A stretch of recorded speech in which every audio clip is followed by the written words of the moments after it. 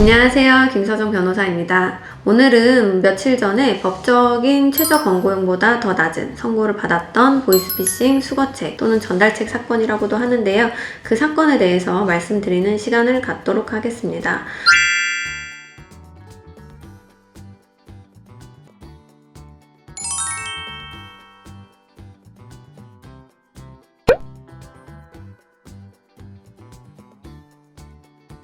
제 의뢰인은 수사를 변호사 조력 없이 혼자서 받았고, 법원으로 사건이 이제 기소가 되면서 재판을 받게 되자 저희를 선임을 하셨던 분이셨습니다. 사건 경위는 다음과 같습니다. 보험 설계사로 근무하는 제 의뢰인은 경기가 안 좋아지면서 고객이 줄고 근무 수당이 줄자 아르바이트 자리를 알아보게 되었습니다.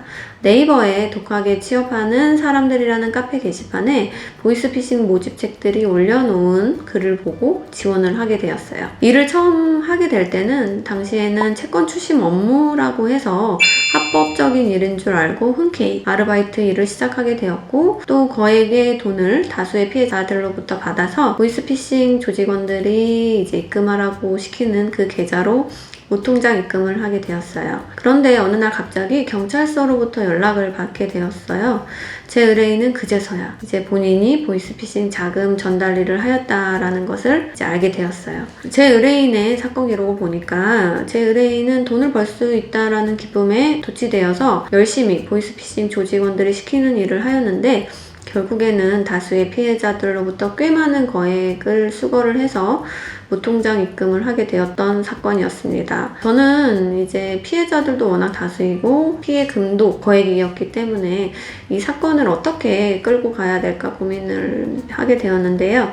제 의뢰인이 본인이 범행에 가담이 된 것을 확정적으로 알아차렸을 때는 수사기관에 보이스피싱 모집책에 관한 정보를 적극적으로 이제 수사 협조한 점을 피해자 조서를 샅샅이 찾아서 자료를 모아서 판사님께 제출을 하였어요. 피해자들과 수차례 대화를 해서 피해자들과도 제 의뢰인의 이제 타협점을 찾아드리고 합의를 원만하게 하게 되었습니다. 다만 워낙 피해자분들이 다수였기 때문에 일부 피해자분들은 이제 합의를 거절하기도 하셨습니다. 저는 판사님께 진솔하게 제 의뢰인을 변론을 하였고, 판사님도 진솔하게 이제 진지하게 들어주셨어요. 그래서 수차례 속행을 통해서 충분히 변론할 수 있는 기회를 주셨습니다. 다만 결과적으로는 범행에 가담된 부분에 대해서는 미필적 고의, 즉 이제 보이스피싱임을 객관적으로 알아차릴 수 있었던 예견 가능성 때문에 이제 책임을 면할 수 없다라는 안타까움을 이제 말씀을 주셨고,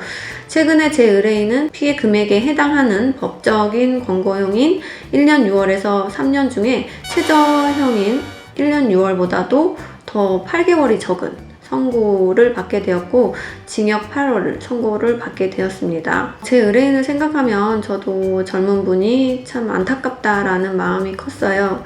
그러나 피해자분들을 또 생각하면 법적 책임은 또 면할 수 없기 때문에 저는 책임은 지되 최대한 최저형보다도 더 낮은 선고를 이끌어드리기 위해서 노력을 많이 하였던 사건이었습니다. 그리고 또 실제로도 최저 권고형보다 낮은 선고를 받게 된 사건이었어요.